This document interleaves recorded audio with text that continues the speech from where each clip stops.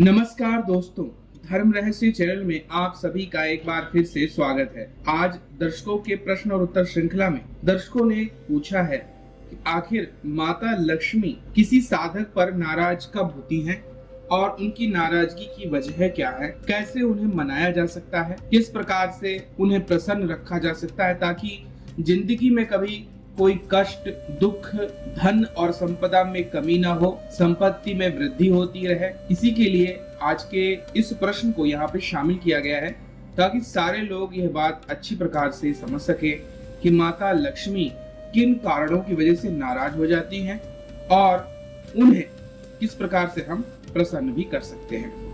तो माता लक्ष्मी के यहाँ पर अप्रसन्नता के मैंने कुछ 10 कारण आप लोगों के लिए बनाए हैं जिनकी वजह से माँ लक्ष्मी नाराज हो जाती हैं। तो सबसे पहले कारण की बात करते हैं जो सबसे महत्वपूर्ण भी माना जाता है, उसे हम अस्वच्छता कहते हैं। घर में साफ सफाई का अभाव होना, गंदगी को दिखाई देना, अव्यवस्था से रखी हुई चीजें, चाहे वो आपका घर हो, आपका ऑफिस हो, आपका कमरा हो। आपने बहुत सरल और सहज भाषा में आपने देखा होगा जो भी ऑफिस बड़ा ही चमकदार, हर वक्त जहाँ झाड़ू पोछा लगता रहता है, जहाँ सुंदरता पूरी तरह से व्याप्त हो, जहाँ पर रुकने में, ठहरने में व्यक्ति को अच्छा लगे, ऐसी स्वच्छ जगह को हमेशा हम देखते हैं वहाँ धन और वैभव अवश्य आता है। क्योंकि माता लक्ष्मी का स्वभाव है वहाँ जहाँ भी चमक, सुंदरता, स्वच्छता, अच्छा साफ सुथरा माहौल होता है वहीं माता निवास करती है। आपने गरीबों की बस्ती देखी होगी, झुग्गी झोपड़ियां देखी होंगी, वहां पर गंदगी,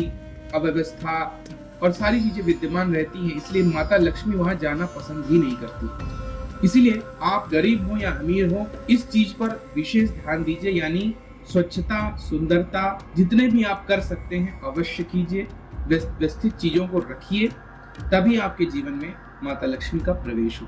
दूसरा कारण है नकारात्मक। घर में लड़ाई झगड़ा, कलह, नकारात्मक विचारों का माहौल हो, आपस में एक दूसरे से बनती ना हो, एक दूसरे को नीचा दिखाने की भावना करते हो, वहां से माता लक्ष्मी धीरे धीरे हट जाती हैं।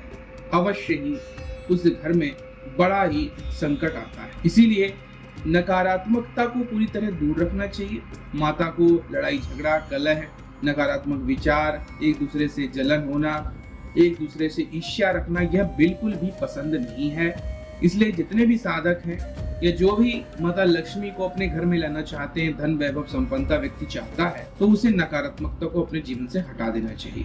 धन का दुरुपयोग। जब हम धन का अपव्यय करते हैं, धन का अनुचित उपयोग करते हैं, धन का सही और सुसंगत उपयोग नहीं करते, इससे माता लक्ष्मी निश्चित नाराज हो। कई लोगों को देखा होगा जो लोग पैसा बहुत है लेकिन शराब पीते हैं, पैसा बहुत है लेकिन व्यभिचार करते हैं, पैसा बहुत है तो यूं ही गलत चीजों में उड़ाने, डिस्को इत्यादि चीजों में पहुंच जाते हैं। तो यह क्या है? यह धन का अपव्यय है, धन का सदुपयोग नहीं है। जन जिस प्रकार से भी अगर आप धन का दुरुपयोग करते हैं तो फिर माता लक्ष्मी आप पर धीरे धीरे नाराज होना शुरू हो जाती है। और जिस दिन माता लक्ष्मी का क्रोध बढ़ जाएगा उस दिन आपके जीवन की पहले तो लीला ही समाप्त हो जाएगी, आप किसी बड़ी बीमारी से ग्रसित हो जाएंगे और आपका सारा धन नष्ट हो जाएगा, क्योंकि आप पहले धन को नष्ट कर रहे हैं। इसलिए धन को हमेशा अपव्यय से बचाएं, धन का उचित उपयोग करें, लोगों के कल्याण में करें, धन को सही जगह पर लगाएं जिससे पुण्य की प्राप्ति हो। चाहे वो आप मंदिर सेवा में लगा सकते हैं, गरीबों की सेवा में लगा सकते हैं, गुरु की सेवा में लगा सकते हैं,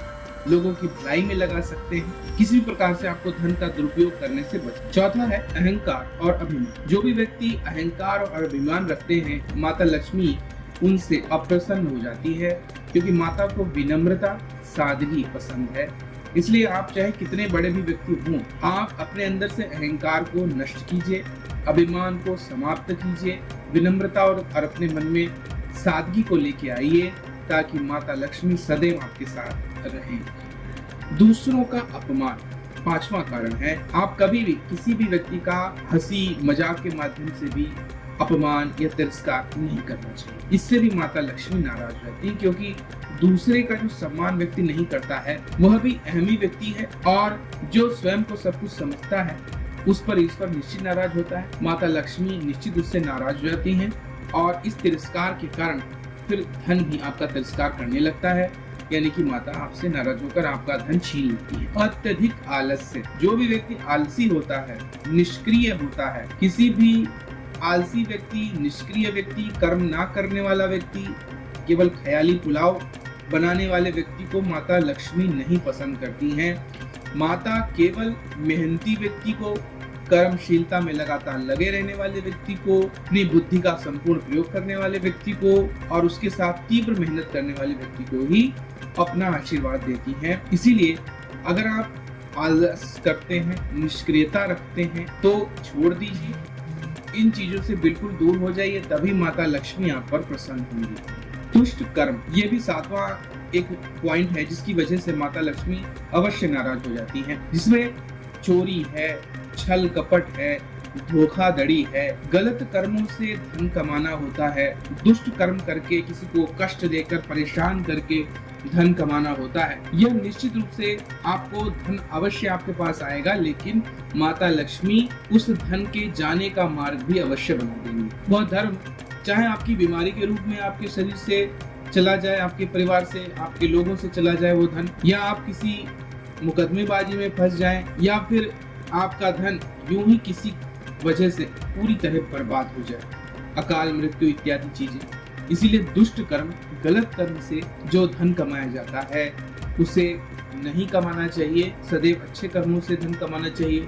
और अगर कहीं आप ऐसे कर्म करने के लिए मजबूर भी हैं तो भी उस कर्म का कुछ भाग अवश्य ही अच्छे कर्मों में लगाना चाहिए, ताकि जो धन है वो शुद्ध हो जाए। क्योंकि कभी कभी ऐसे स्थितियां होती हैं समाज में, जब हम कोई ऐसा कर्म कर रहे हो, जैसे कोई शराब बेचने का कार्य कर रहा है, हालांकि वो दुष्ट कर्म में ही माना जाएगा, लेकिन वह एक कर्म है और ये कोई गलत कर्म नहीं है, लेकिन प्रभाव इसका कहीं समाज में गलत हो सकता है। तो ऐसे में ऐसे व्यक्ति को क्या करना चाहिए? ऐसे व्यक्ति को जो वो धनराशि कमाता है उसका कुछ प्रतिशत दान अच्छे कर्मों में करना चाहिए, कुछ प्रतिशत उसको ऐसे कामों में उसका इस्तेमाल करना चाहिए जिससे आपका जो धन है वो पवित्र हो जाए।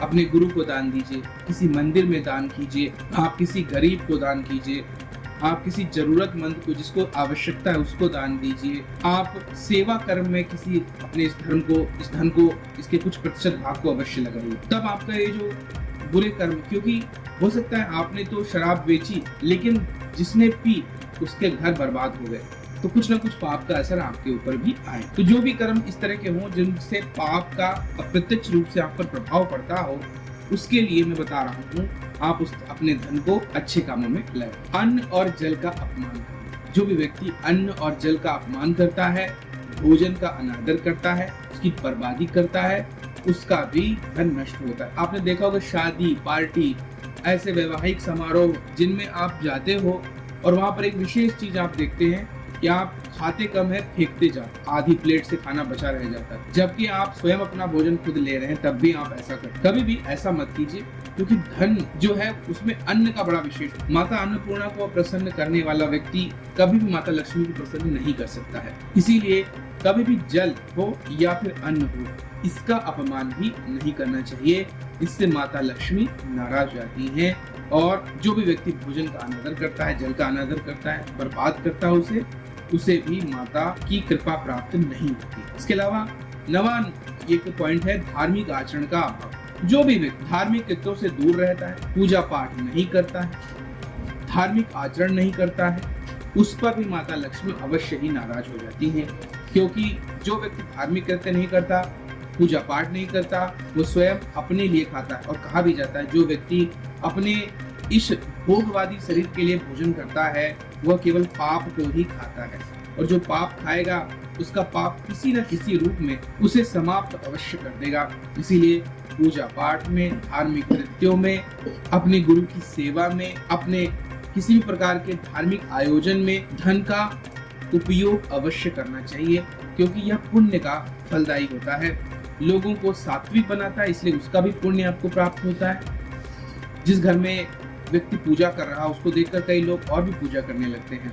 कहीं कोई समारोह आपने आयोजित किया, चाहे वो भागवत कथा है या फिर देवी जागरण है या फिर नवरात्रि पूजन है, तो आपको देखकर कई लोग वही कार्य करने लगते हैं। तो ये सारे लोगों का पुण्य एक साथ जुड़ता है। इसलिए धार्मिक आचरण का जो व्यक्ति अभाव रखता है उस पर माता लक्ष्मी नाराज होती हैं। इसलिए धार्मिक आचरण करना और उस पर धन खर्च करना आवश्यक है। 10वां एक नियम है जिसमें कहते हैं कि अगर व्यक्ति अन्याय किसी के साथ करता है तो उससे माता लक्ष्मी अवश्य ही उस पर नाराज हो जाती है। कभी भी किसी भी व्यक्ति को परेशान मत कीजिए, उस पर अन्याय मत कीजिए, उसे सताइए नहीं, न्याय कीजिए हर के साथ में, सही आचरण सबके साथ रखिए। इन चीजों को आप करेंगे, किसी के साथ अन्याय नहीं करेंगे, तो आप निश्चित जान लीजिए माता लक्ष्मी की कृपा आपको अवश्य मिलेगी। माँ लक्ष्मी धन की देवी ही नहीं है, सुख समृद्धि की भी देवी है और व्यक्ति के जीवन में सुख समृद्धि तभी आता है जब इन्हीं सब चीजों का पालन किया जाता है। इसके अलावा कुछ छोटे पॉइंट्स भी हैं, उनको भी अवश्य जान लीजिए। व्यक्ति किसी भी प्रकार से कहीं भी भोजन की बर्बादी ना करे, किसी प्रकार का आप खा नहीं रहे तब भी शाम के समय पूजा घर में व्यक्ति दीपक भी जलाए अवश्य, क्योंकि शाम के वक्त माता का आगमन होता है, इसलिए शाम के वक्त पूजा घर में दीपक भी जलाना चाहिए। सूर्यास्त के बाद घर में झाड़ू लगाना नहीं चाहिए,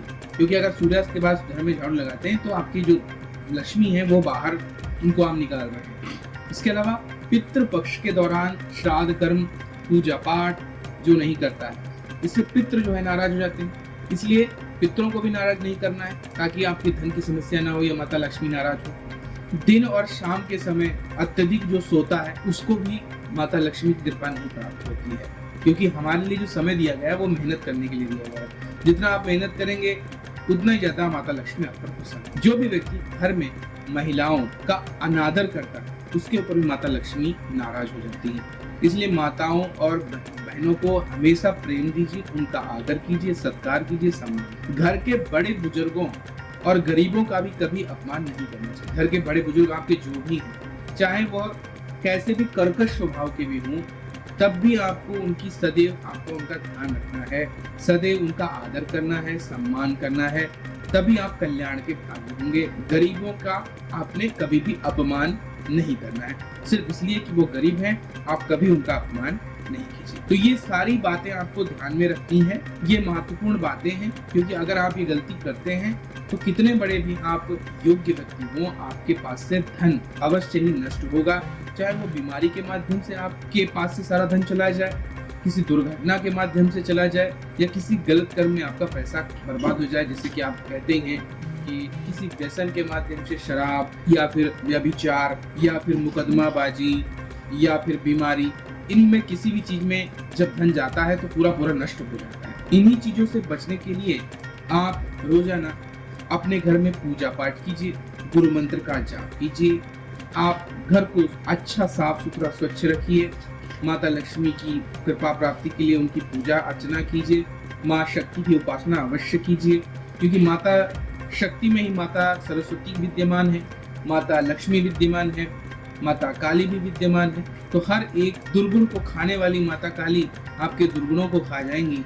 माता सरस्वती आपको ज्ञान और बुद्धि देंगी जिससे आप जीवन में आगे बढ़ें, और माता लक्ष्मी आपको सुख और समृद्धि और धन प्रदान करेंगी जिससे आप अपना जीवन बहुत सुखी पूर्वक जिए। आशा करता हूँ आज का ये वीडियो आपको पसंद आया होगा। आप सभी का दिन मंगलमय हो। जय माँ पराशक्ति।